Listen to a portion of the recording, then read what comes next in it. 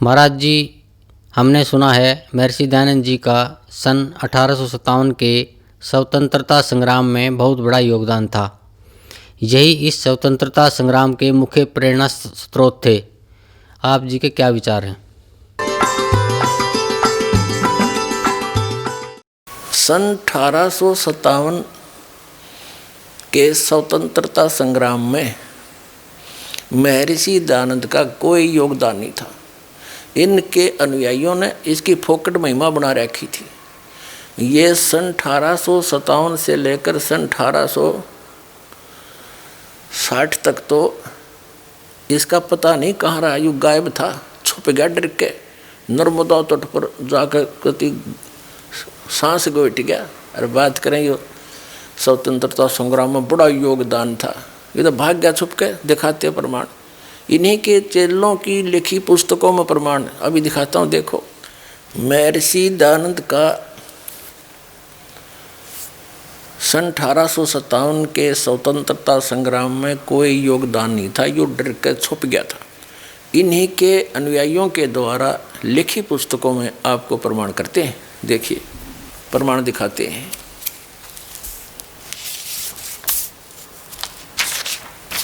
ये पुस्तक है नव जागरण के प्रोधा दयानंद सरस्वती। लेखक हैं डॉक्टर भवानीलाल भारतीय, MA PhD, प्रोफेसर तथा अध्यक्ष, दयानंद चेयर ऑफ वैदिक स्टडीज, पंजाब विश्वविद्यालय चंडीगढ़। प्रकाशक हैं वैदिक पुस्तकालय, परोपकारिणी सभा, दयानंद आश्रम, अजमेर। और ये कहाँ से छपी है? ये प्रथम संस्करण दयानंद सरस्वती की प्रथम निर्वाण शताब्दी, कार्तिक अमावस्या 2040। और यहाँ देखिए मुद्रक, ये है वैदिक प्रकाशक है, वैदिक पुस्तकालय वही, परोपकारिणी सभा, दयानंद आश्रम, केसरगंज, अजमेर। मुद्रक हैं सतीश चंद्र शुक्ल, प्रबंधक वैदिक यंत्रालय, अजमेर। ये देखिएगा, नव जागरण के प्रोधा दयानंद सरस्वती, गंगा और नर्मदा के तट पर। और इसके 38 पृष्ठ से हम आपको दिखाएंगे। स्वामी दयानंद और 1857 की हलचल। स्वामी दयानंद के जीवन में ये 3 वर्ष अज्ञात अवस्था के माने जाते हैं। सन 1857 से सन 1860 तक युद्ध अज्ञात हो गया। इस अवधि में वे कहाँ रहे, क्या करते रहे, आदि प्रश्नों को लेकर अनेक संभावनाएं प्रकट की गई है। सर्वप्रथम हमारा राजस्थान पुस्तक के लेखक पृथ्वी सिंह मेहता विद्यालंकार ने इस संबंध में अपने विचार व्यक्त करते हुए कहा है। मार्च 1857 तक यह प्राय गंगा के साथ साथ गंगोत्री और बद्रीनाथ से बनारस तक गढ़वाल, रुहेलखंड, दोआब, काशी प्रदेश में घूमता रहा, जहाँ तक क्रांति की तैयारियां जनता में भीतर ही भीतर जोरों से की जा रही थी। 1856 के मई मास में वह नाना के घर कानपुर गया और आगे 5 मास तक कानपुर रहा। 1856 में इलाहाबाद के बीच ही चक्कर काटता रहा।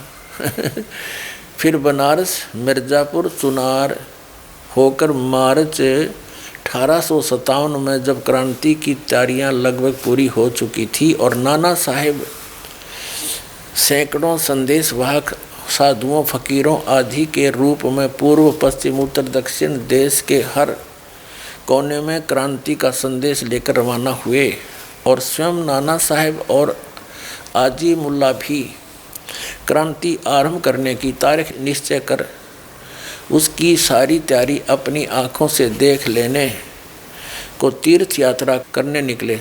तब दयानंद भी बनारस से मिर्ज़ापुर, चुनार होकर नर्मदा स्रोतों के लिए दक्षिण की ओर निकल पड़ा।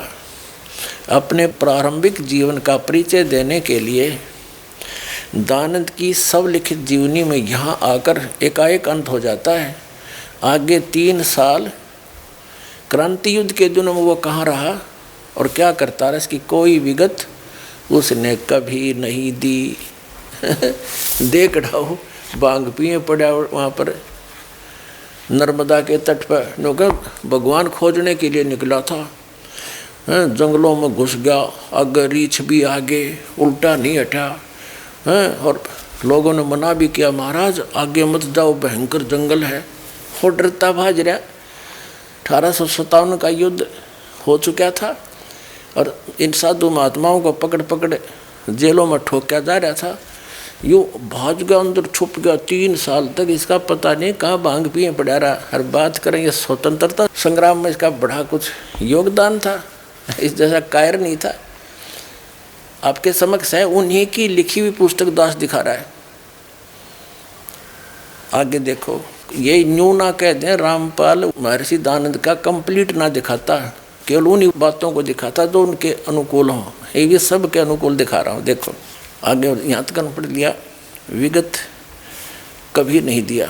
यहाँ पर लेखक ने अपनी लिपापोती करने की चेष्टा की है कि ये भी नहीं कह सकते दयानंद जैसा क्रांतिकारी और इस बात में कितना संलिप्त ना हुआ हो, पर यह भी बात को मायने थोड़ी मायने नहीं रखती कि 3 साल वो रहा कहाँ, फिर खाक था वो क्रांतिकारी।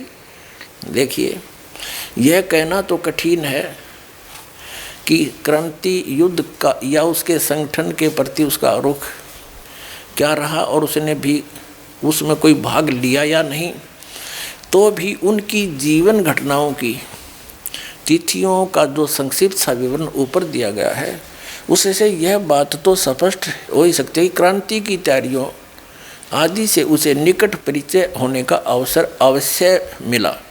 यह बात मान लेना आसान नहीं है कि दयानंद के सदृश भावना प्रवण और चेतनावान हृदय और मस्तिष्क का युवक उसके प्रभाव से अछूता रहा हो और उस युद्ध की सफलता विफलता की उस पर कोई प्रतिक्रिया न हुई हो।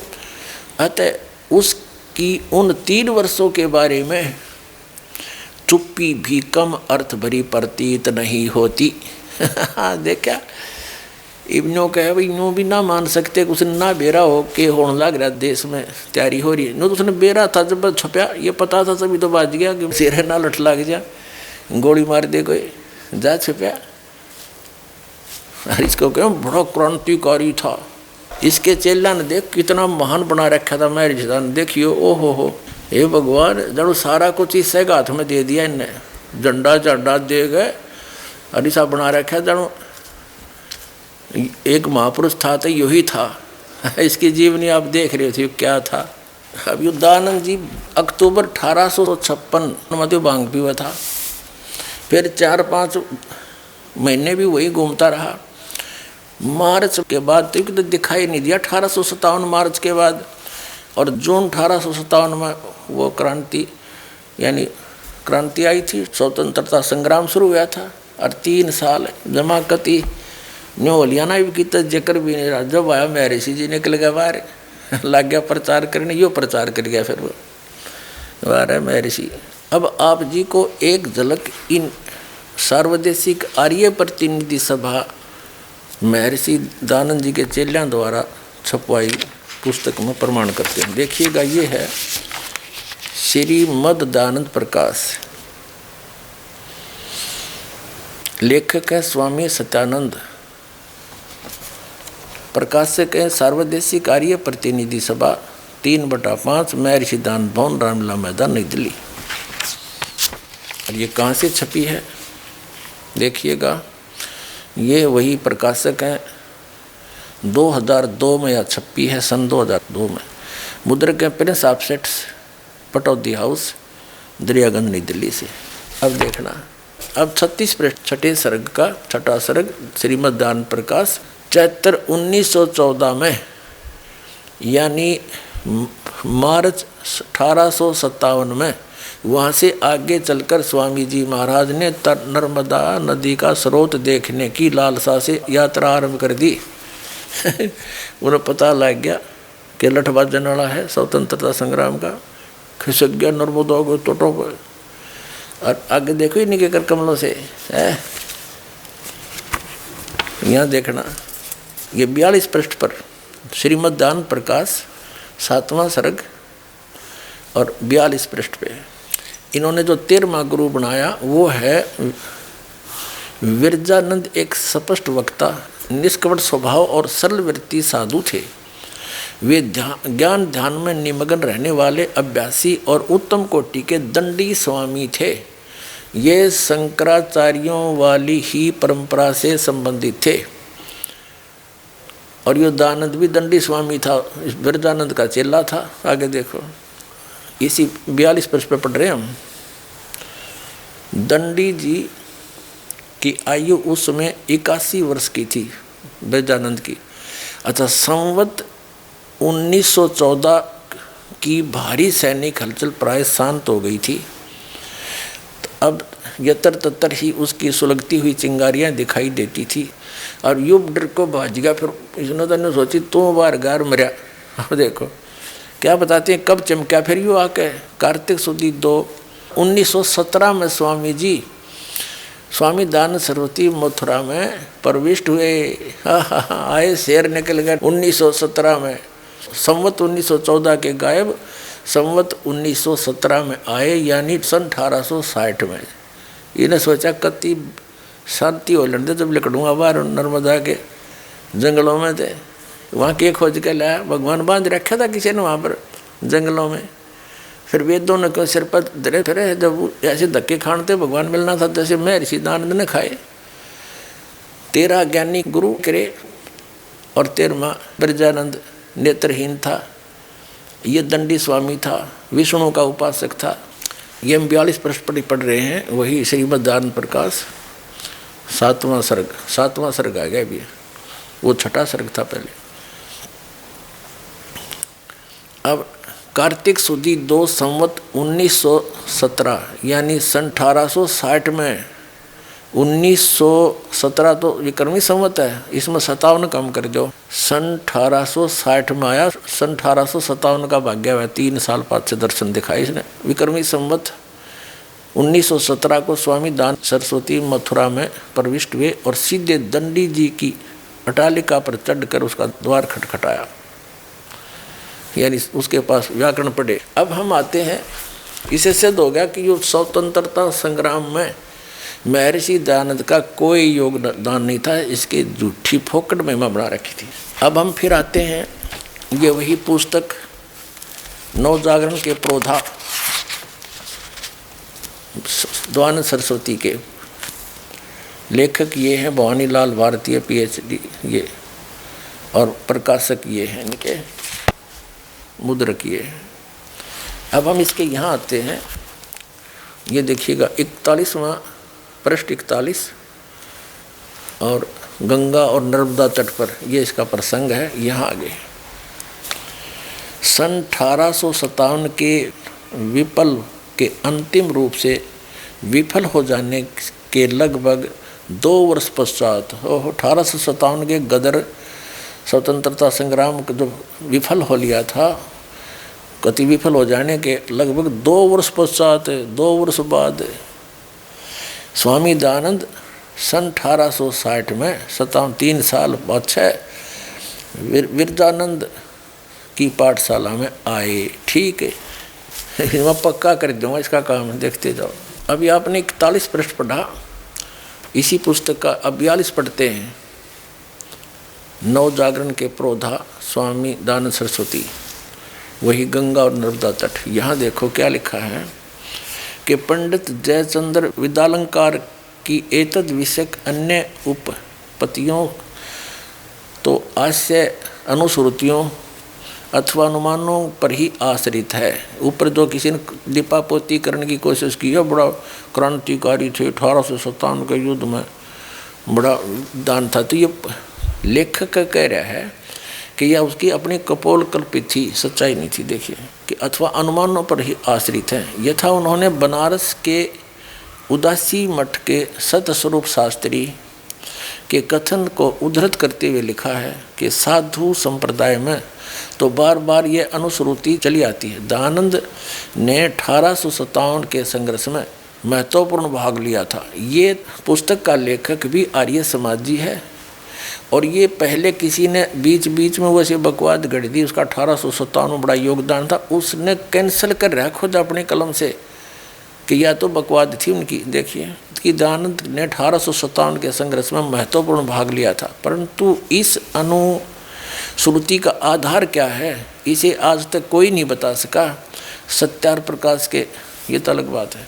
अब यहाँ देखो 43 पृष्ठ पे हम वहीं आगे हैं। किंतु कालांतर में उनके मध्य कोटि में रखे गए अनुमानों के आधार पर कुछ पूर्वग्राही और कल्पना प्रिय लेखकों ने नाना मन प्रसूत यानी मन की उपज के आधारों और मिथ्या प्रसंगों की अवतारणा कर यह सिद्ध करने का असफल प्रयास किया है कि दयानंद ही 1857 की क्रांति के मूल प्रेरणा थे, प्रेरणता, प्रसोता तथा सूत्रधार थे। अब देखो कमाल कर दिया, बंदी छोड़ दया हो तेरी।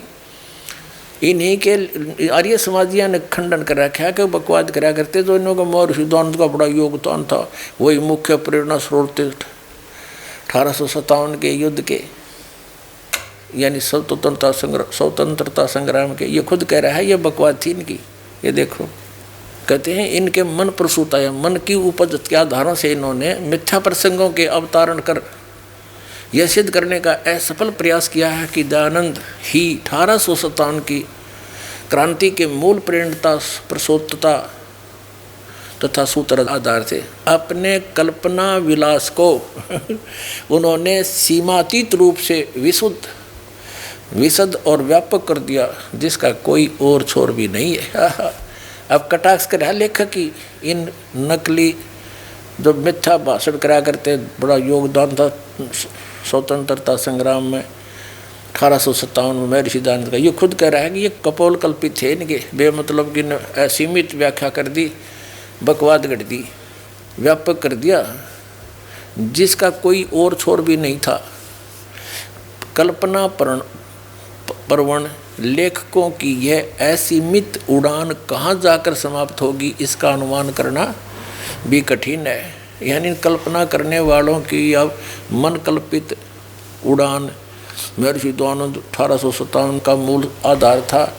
सन 1857 के स्वतंत्रता संग्राम में कहते मूल प्रेरणा स्रोत था। कहते यह इनकी मन घड़ंत, मन कल्पित उड़ान कहाँ जाकर खत्म होगी, ये बकवाद। वास्तविकता क्या है ये बताता आगे। ये तो कहना कठिन है, ये उड़ान कहाँ जाकर समाप्त होगी इसका अनुमान करना कठिन है। किंतु यह निश्चित है कि दयानंद जैसे सत्यनिष्ठ महापुरुष के चरित्र की आलोचना करते समय जिस प्रकार ही इतिहास को तथ्यों की अवगणना करने का अधिकार नहीं है, उसी प्रकार अवास्तविकता को तोड़ मरोड़ कर अतिशयोक्ति करने की छूट भी उसे नहीं दी जा सकती कि जो बेमतलब की मन गढ़ंत कहानियाँ बनाकर महर्षि दयानंद के इतिहास में लिखे हैं, वह छूट भी नहीं दी जा सकती। सन 1857 के स्वतंत्रता संग्राम में महर्षि दयानंद का कोई योगदान नहीं था। इनके अनुयायियों ने इसकी फोकट महिमा बना रखी थी। ये सन 1857 से लेकर सन 1860 तक तो इसका पता नहीं कहाँ रहा, यू गायब था, छुप गया डर के, नर्मदा तट पर जाकर कति सांस गोट गया। अरे बात करें ये स्वतंत्रता संग्राम में बड़ा योगदान था, ये तो भाग गया छुप के। नमस्कार सर। सत साहिब सर। सर क्या नाम है आपका? मुझे दास का नाम जगदीश दास। कहाँ से आए सर आप? सर मैं MP गुना से आया हूँ। संत रामपाल जी महाराज से नाम दीक्षा कब लिया आपने? संत रामपाल जी महाराज जी से नाम दीक्षा 22/9/2013 को ली दास ने। संत रामपाल जी महाराज से नाम दीक्षा लेने से पहले क्या आप कोई भक्ति साधना करते थे? जी, संत रामपाल जी महाराज जी से नाम दीक्षा लेने से पहले दास ब्रह्मा, विष्णु, शिव जी, दुर्गा, गणपति एवं सभी देवी देवताओं की भक्ति किया करते थे। नव दुर्गा जी का व्रत किया करते थे, शिवरात्रि को उपवास व्रत किया करते थे और सभी तरह के सुंदरकांड किया करते थे। मंदिर में सुंदरकांड करने जाया करते थे, सभी तरह के व्रत उपवास किया करते थे।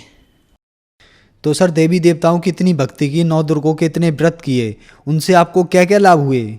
उनसे लाभ तो कुछ नहीं हुआ। मैं मंदिर में जब सुंदरकांड करने के लिए जाते थे तो वहाँ से हम गांजा लगाना और सीख गए। वह गांजा पीते थे, गांजा पीने के बाद सुंदरकांड करते थे। इससे पहले भी हम नशा तो सभी करते थे और वहाँ से गांजे की शुरुआत और हो गई। नशा करते करते हम यहाँ तक हो गए कि मेरा वजन मात्र 46 किलो वजन रह गया था। यही भक्ति करते करते मेरे चाचा जी का सन 2011 में शांत हो गए मेरे चाचा जी। ये भक्ति करते करते तो मेरे मन में इस बात का एक जगह बनी रहती थी। मैं बार बार सोचा करता था कि इस भक्ति को करते करते कि मेरे चाचा जी नहीं रहे, ये कैसी भक्ति है। वो जबकि रामायण जी भी पढ़ते थे, वो सब करते थे। तो सर फिर आप संत रामपाल जी महाराज की शरण में कैसे आए? संत रामपाल जी महाराज जी के शरण में हम जब मैं घर पर रहता था तो बीड़ी, सिगरेट, जर्दा, सुपारी, गुटखा, दारू पीना, मांस खाना सभी विकार मेरे अंदर थे। मैं ताश खेलता था। कई बार मेरे पिताजी ने मेरे पैर भी पड़े हैं कि बेटा तू दारू छोड़ दे। बहुत तरह तरह से समझाया, लेकिन मुझे एक आदत नहीं छूट रही थी। उस कारण से मुझसे कोई नशा नहीं छूट रहा था। तो पिताजी ने डांट फटकार लगाई। डांट फटकार के कारण मैं गुनाह आ गया। मैंने छोटा मोटा मूंगफली का काम करना चालू किया। मूंगफली का काम करते घनश्याम जी हैं, एक घनश्याम जी राठौर हैं जो सकतपुर रोड पर रहते हैं। उनका मकान का काम लगा था। वहाँ पे हम बैठ कर गांजा पीने लगे। गांव पे गांजा पीते थे, वही गांजा गांव पे वहाँ पे पीने लगे गुना। गांजा पीने के बाद हम 10-12 लोग वहाँ पे बैठने लगे। हर रोज़ शाम को गांजा पीते थे। एक रोज़ एक जय गुरुदेव वाले भैया हैं जिनका नाम दयाराम ओझा है, जो छावनी गुना में रहते हैं। उनने एक नुगरा के विषय में एक बात करी कि जो एक नुगरा पे जो पाप है, जो धरती में इस किसी प्राणी के ऊपर नहीं है। निगरा क्या होता है? कि नुगरा वो होता है जिसका कोई गुरु नहीं है। मुझे इतना ज्ञान नहीं था कि गुरु क्या होता है क्या नहीं होता। मैंने तो वो सुना था कि गुरु नाम दीक्षा दिलवाते हैं, जो बहन भैया बना लेते हैं। गुरु जो नाम दीक्षा दिलवाते हैं वही गुरु होते हैं। मैंने यही सुना रखा था। तो इसके बाद हमारे मन में एक प्रेरणा जागी कि अपन गुरु बनाएं। गुरु बनाने पर जब एक घनश्याम जी जो राठौर जी हैं, उनके गांव पे एक राजू सेन थे। वो राजू सेन जी गांजा पीते थे बहुत ज़ोर से। वो राजू सेन जी एक पुस्तक लाए थे, सतलोक आश्रम बरबला, संत रामपाल जी महाराज जी का जहाँ हिसार जिला में आश्रम है, वहाँ से ज्ञान गंगा पुस्तक लेके आए थे। तो हमारे मन में विचार थी पूर्ण गुरु के विषय में जानने की। तो पूर्ण गुरु की वो पुस्तक लेके आए थे। तो उस पुस्तक में हमने क्या देखा कि उस पुस्तक में ब्रह्मा विष्णु शिव के माता पिता की जानकारी थी, माता दुर्गा के पति की जानकारी थी। जो हमारे अंदर कुछ कसक थी उस सभी प्रश्नों की उनकी उस पुस्तक के अंदर जानकारी थी। जब हमने वो पुस्तक हमारे पास आई तो वो पुस्तक भी पढ़ते रहे हम। और जो दयाराम जी ओझा थे, उनकी जो जय गुरुदेव की पुस्तक थी, हमने कुछ समय तक वो भी पढ़ी। और एक दो बार हम उनके छोटे घर पे जो सत्संग होता है उसमें भी गए। तो मैंने मेरे मन में एक धारणा बना ली कि मैं जय गुरुदेव जी से नाम दीक्षा लूँगा। लेकिन ज्ञान गंगा पुस्तक पूर्ण तरीके से और भी पढ़ी तो उसमें पाया कि ब्रह्मा विष्णु शिव के कोई माता पिता हैं। अभी तक मैंने सभी पंथों में, सभी धर्म गुरुओं के मुँह एक यही सुना है कि कोई ब्रह्मा विष्णु शिव के माता पिता नहीं है और ब्रह्मा विष्णु शिव ही सर्वेश्वर हैं, महेश्वर हैं। पर मन के अंदर एक कसक जगी। कसक क्या जगी? पहले तो मैं जो पुस्तक लाए थे भैया उनसे नाराज हुआ। उनसे कहा कि आप कहाँ से लाए हो ये पुस्तक, आपने कैसे बना ली, क्या कर लिया? तुम ब्रह्मा विष्णु शिव के माता पिता बताते हो, तुम तो नास्तिक हो। जब ये गुस्सा करते करते उनने कहा भगत जी आप पुस्तक अगर आपको बुरी लग रही है हमारी हमको दे देना, कोई हमने आपसे पैसे नहीं लिए हैं, आप एक बार उस पुस्तक को पढ़ें। तो जो घनश्याम जी थे वो और हम एक रोज़ ज्ञान गंगा पुस्तक पढ़ रहे थे। इतने में एक पीछे से गाय आई। जो पानी के लिए एक टैंक था, जो लेटरिन का टैंक था, उस लेटरिन के टैंक में गाय गिर जाती है। उसके दोनों साइड पट्टी रखी हुई थी। वहाँ पे कोई भाई नहीं थे, कोई कम जनता थी।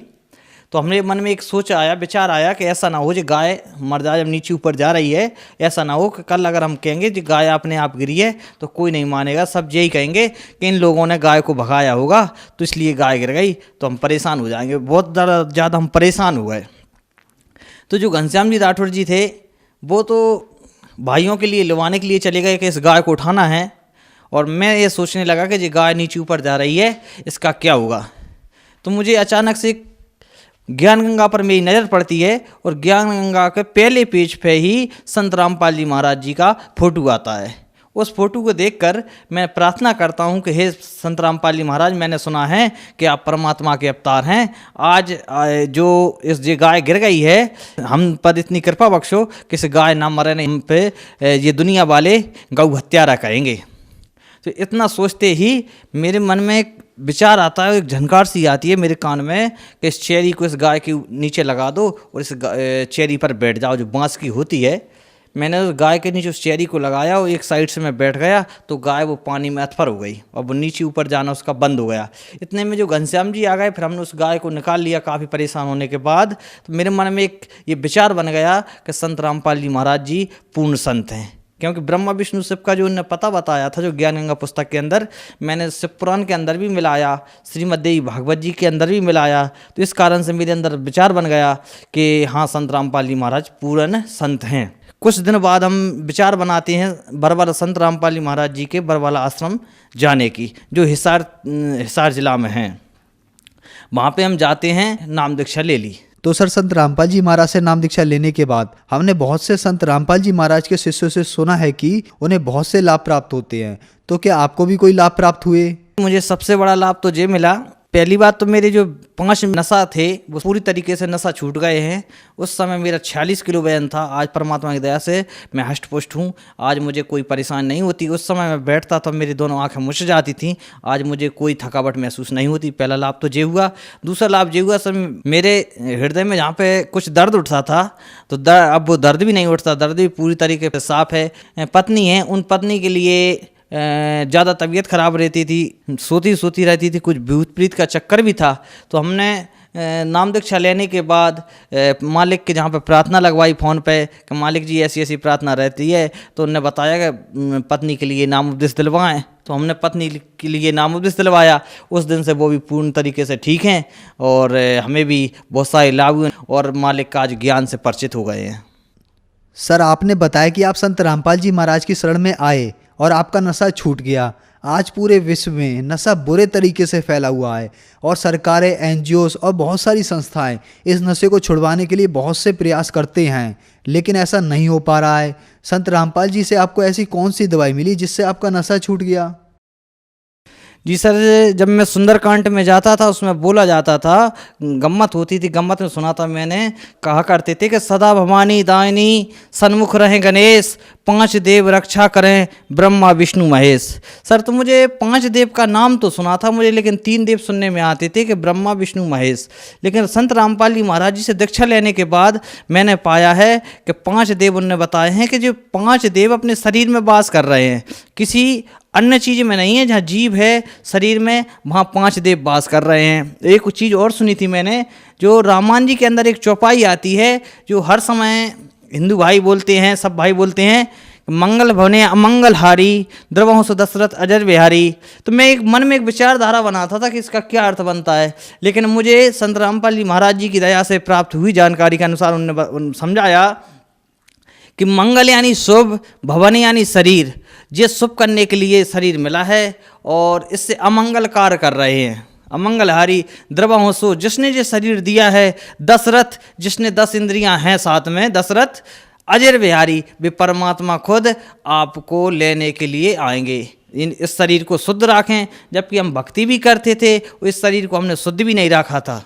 आज पूर्ण संत रामपाल जी महाराज जी की दया से कोई बीड़ी सिगरेट जर्दा सुपारी को हाथ भी नहीं लगाते। जो संत रामपाल जी महाराज जी मंत्र देते हैं सदग्रंथों के अनुसार, उन मंत्रों में इतनी शक्ति है कि उन मंत्रों के जाप करने से आसानी से सभी नशा छूट जाते हैं।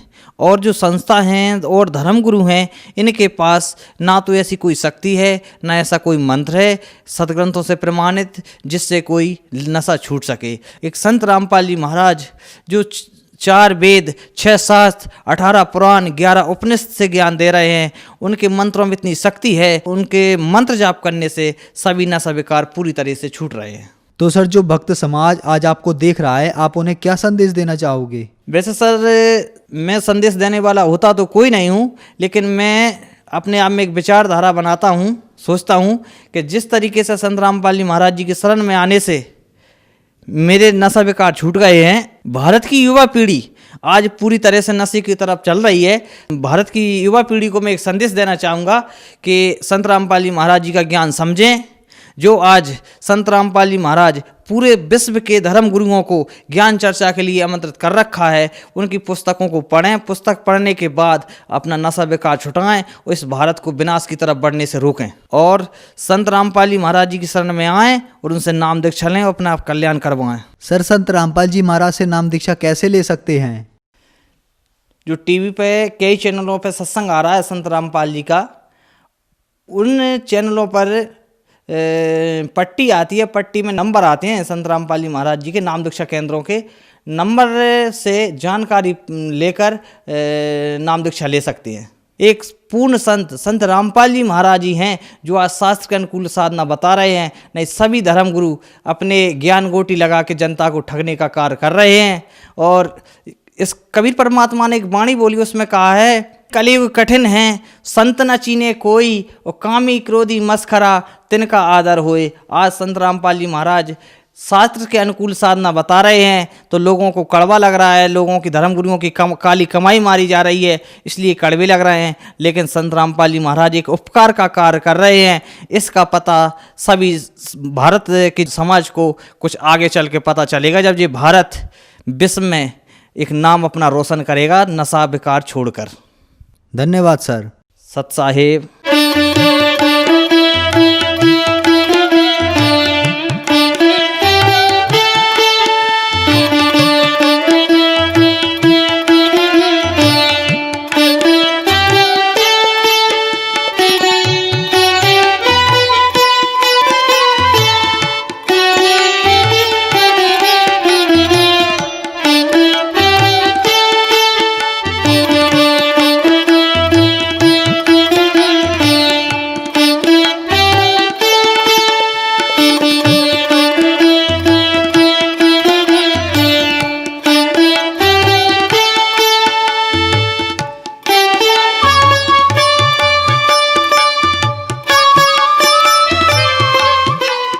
आप सुन रहे थे जगत गुरु तत्वदर्शी संत रामपाल जी महाराज जी के मंगल प्रवचन। अधिक जानकारी के लिए विजिट कीजिए हमारी वेबसाइट www.jagatgururampalji.org। संत रामपाल जी महाराज जी के शुभ आशीर्वाद से पूरे विश्व भर में 500 से भी ज्यादा नाम दीक्षा केंद्र हैं, जिन पर संत रामपाल जी महाराज जी द्वारा ऑनलाइन निःशुल्क नाम दीक्षा दी जा रही है। अपने नजदीकी नाम दीक्षा केंद्र का पता करने के लिए संपर्क करें 8222880541।